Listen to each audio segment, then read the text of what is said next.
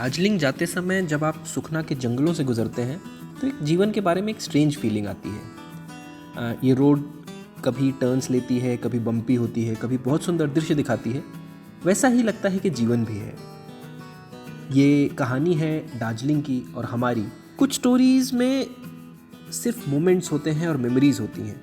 ये एक ऐसी कहानी है। मई 2016 में मेरी पोस्टिंग हुई डीएम दार्जिलिंग के रूप में। I was odd by the beauty of Darjeeling, odd by the beauty of DM bungalow, जिसको रिवर्स हिल बोलते हैं। और पहली बार जीवन में फायर प्लेस देखने का मौका मिला। दार्जिलिंग की याद आते ही सबसे पहले याद आता है कंचनजंगा। कंचनजंगा का व्यू जिस दिन दिख जाए उस दिन सुबह सुबह एकदम मूड खुश। इतना सुंदर दृश्य शायद ही कोई होता होगा जब कंचनजंगा अपनी पूरी ग्लोरी में नज़र आता है दार्जिलिंग से। कंचनजंगा के साथ ही याद आता है क्लियर स्काईज, जहाँ पे आप तारे देखते हैं, आसमान में हज़ारों रंग जो आप देख पाते हैं। दार्जिलिंग में एक बहुत ही अहम किरदार निभाता है फॉग। जब आपको फॉग और मिस्ट नज़र आता है तो माहौल ही अलग होता है। ये रोमांटिक होता है, मेलैंकलिक होता है, मिस्टीरियस होता है, कभी कभी सैड भी होता है। लेकिन जो ब्यूटी इसमें नज़र आती है वो शायद कहीं और नहीं।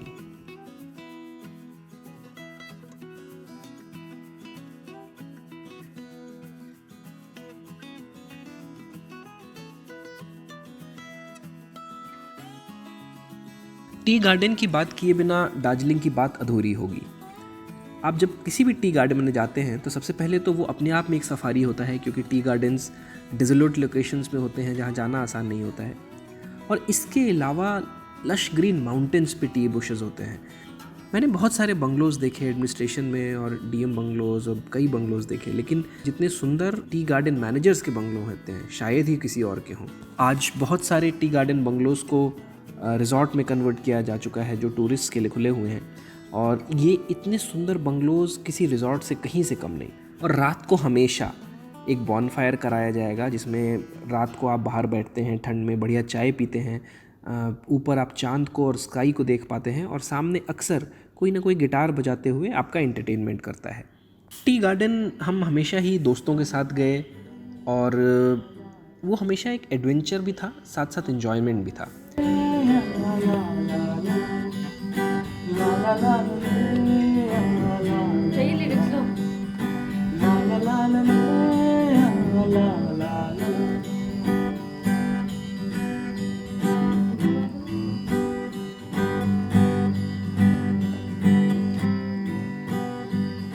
डूबा डूबा रहता हूँ आँखों में तेरी, दीवाना बन गया हूँ मैं चाहत में तेरी।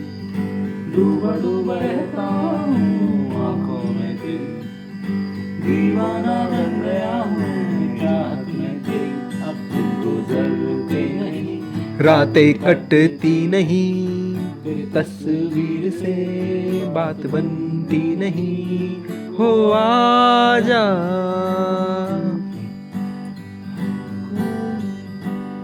आप वहाँ पे फैक्ट्री देखते हैं, आप टी टेस्टिंग में पार्टिसिपेट कर सकते हैं, कुछ टी गार्डन में आप पूल खेल सकते हैं।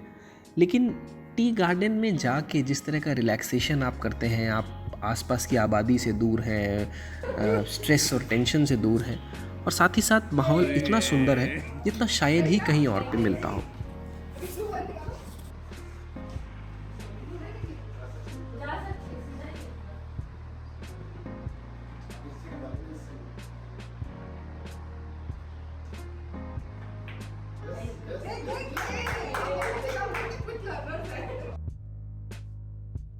बचपन से सनराइज़ देखने का शौक़ रहा, लेकिन पहला सनराइज़ हमने जो ध्यान से देखा वो था टाइगर हिल पे।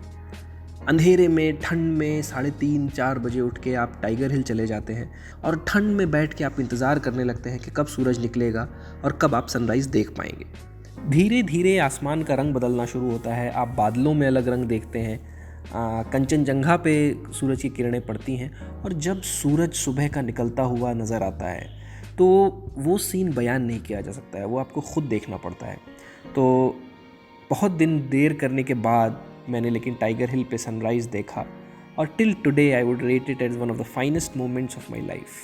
ठंड से ठिठुरने के बाद जब आप सनराइज़ देखते हैं और फिर आपकी नज़र पड़ती है कंचनजंगा पे, जो कि अगेन मैजेस्टिक लग रहा है सूरज की रोशनी में। तो ऐसा सीन आपके दिल में जीवन भर के लिए बस जाता है, और मेरी दार्जिलिंग की स्टोरी का ये बहुत इम्पॉर्टेंट पार्ट है।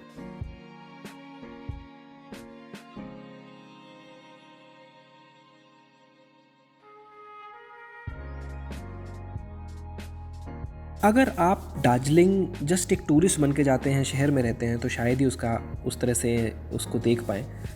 दार्जिलिंग को देखने के लिए वहाँ पे वॉक करना पड़ता है, वहाँ की पगडंडियों में घुसना पड़ता है, पहाड़ के पास जाना पड़ता है। तो हमने कोशिश की कि जहाँ तक संभव हो हम वॉक कर पाएँ। हमारे एक दोस्त को साइकिलिंग का शौक़ है, तो उनके साथ हमने साइकिलिंग की दार्जिलिंग में। और साइकिलिंग में आप नेचर को पास से देख पाते हैं, तो वो भी एक अविस्मरणीय एक्सपीरियंस रहा।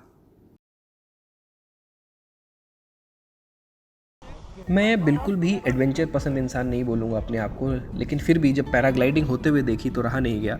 और कालिम्पोंग में हमने पैराग्लाइडिंग की। ये तो नहीं पता है मुझे कि कितनी सेफ़ है ये, लेकिन एक्सपीरियंस जो मिलता है, जो व्यू मिलता है, वो कमाल का है।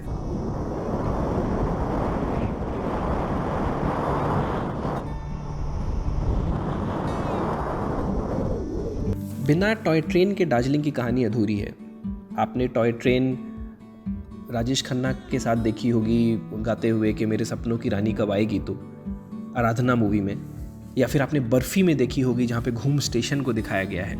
तो बिना टॉय ट्रेन के दार्जिलिंग की कोई भी कहानी अधूरी है।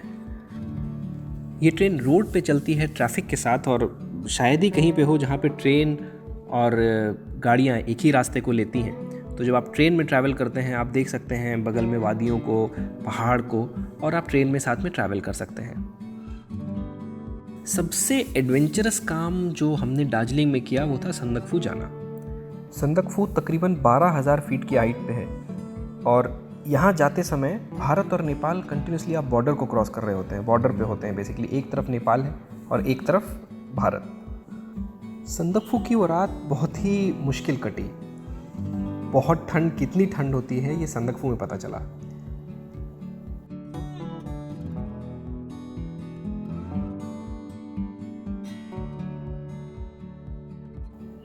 खैर, जब सुबह हुई और सूरज निकलना शुरू हुआ, तब पता चला कि ब्यूटी किसे कहते हैं। जब सूरज की किरणें कंचनजंगा पे पड़ती हैं और आप धीरे धीरे कंचनजंगा को रंग बदलते देखते हैं।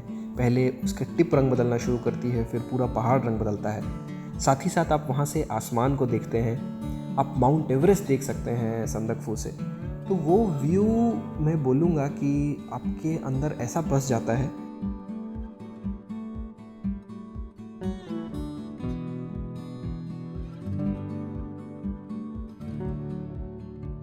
संदकफू के बारे में बात करते हुए शेर याद आता है, क्यों डरे जिंदगी में क्या होगा, कुछ ना होगा तो तजुर्बा होगा।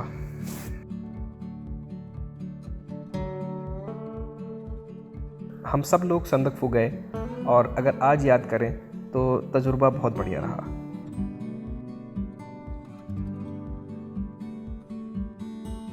कालिम्पोंग की एक बहुत ही ख़ास जगह ग्राहम्स होम है। ग्राहम्स होम प्राइमरली चैरिटेबल काम के लिए बनाया गया था, मोस्टली ऑर्फन बच्चों की देखभाल करने के लिए। और हुआ यूँ कि जब टी गार्डन्स दार्जिलिंग में बने, बहुत सारे यूरोपियन टी गार्डन मैनेजर्स और काम करने के लिए लोग आए। ये लोग अकेले आते थे, और अगर यहाँ पे किसी भी लोकल लेडी के साथ उनके रिलेशंस हुए तो एंग्लो इंडियन बच्चों ने जन्म लिया, जिनको कोई भी अपने घर में नहीं रखना चाहता। तो एंग्लो इंडियन ऑर्फन बच्चों के लिए प्राइमरली ग्राहम्स होम की शुरुआत की गई। आज भी यहाँ पे चैरिटेबल काम बहुत अच्छा किया जाता है। अदर देन दैट, यहाँ का चर्च, यहाँ का ओवरऑल जो इस्टेब्लिशमेंट है, बहुत सुंदर है। दार्जिलिंग इतनी खूबसूरत जगह है कि वहाँ पे आपकी पिक्चर्स भी बढ़िया आने लगती हैं। तो मैंने उसका बहुत फ़ायदा उठाया। हम सब ने खूब सारी पिक्चर्स खींची। कभी कभी लगता है कि जीवन भी शायद अगर हम पीछे देखें तो पिक्चर्स हैं जो हमने खींची, जो हमारे पास हैं, जो हमारी मेमोरीज़ हैं, जिनको हमने सहेज के रखा। तो मैं यही बोलूँगा आप सबसे कि पिक्चर्स खींचते रहिए, अपनी मेमोरीज़ को रखिए। अगर आप पीछे देखें तो ये मेमोरीज़ ही रह जाती हैं, ये पिक्चर्स ही रह जाती हैं, और आपको यही चीज़ें याद आती हैं। स्नोफॉल देखने का मौका नहीं मिला, लेकिन जो हेल स्टॉर्म दार्जिलिंग में आया, ऐसा हेल स्टॉर्म शायद ही कभी देखा होगा। ख़तरनाक बड़े बड़े हेल्स ओले जिनको हम बोलते हैं पड़े, और कुछ समय बाद ही चारों तरफ पूरा दार्जिलिंग सफ़ेद बर्फ़ से ढका हुआ था।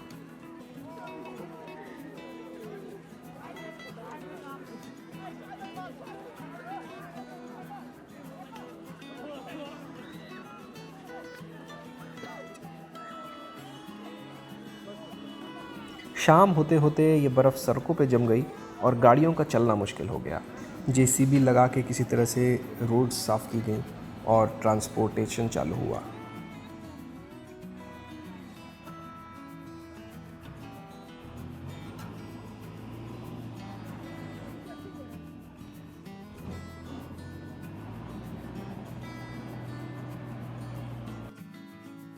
सबसे अच्छी बात दार्जिलिंग में होने की है कि कई दोस्त आए वहाँ पे, मेरे लिए हों या दार्जिलिंग के लिए हों, लेकिन काफ़ी दोस्त आए। तो इन दोस्तों के साथ जो मेमोरीज़ बनी, कमाल की मेमोरीज़ थी।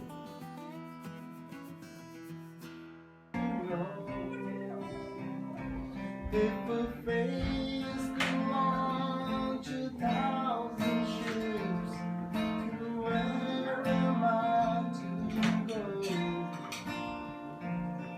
There's no one home but you. You're all that's left me to. दोस्त तो आए ही, साथ ही साथ दार्जिलिंग में सेलिब्रिटीज़ से भी मिलने का मौका मिला।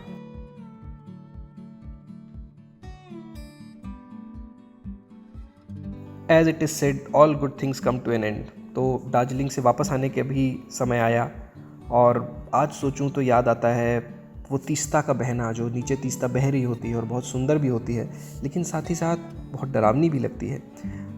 जो कोरोनेशन ब्रिज दिखाई देता है, जो पेड़ होते हैं, टी गार्डन्स होते हैं,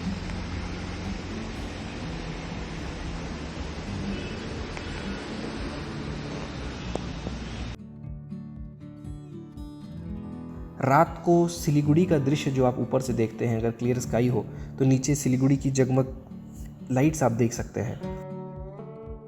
ठंड में मैगी खाना याद आता है। बीच बीच में आप क्विर्की से स्टेटमेंट्स देख सकते हैं, जैसे अचानक से मुझे एक रैंडम से रेस्टोरेंट में चीज़ें लिखी मिली और इसमें एक लाइन में बोलूँगा, anything good in life is either illegal, immoral और फैटनिंग। और तकरीबन 2 साल गुजारने के बाद हमारी ये दार्जिलिंग की स्टोरी ख़त्म हुई, at least for this phase. There is a quote by Ruskin Bond. It is always same with mountains. Once you have lived with them for any length of time, you belong to them. There is no escape. ये phase ख़त्म हुआ है, but I am sure our relationship with Darjeeling will always continue.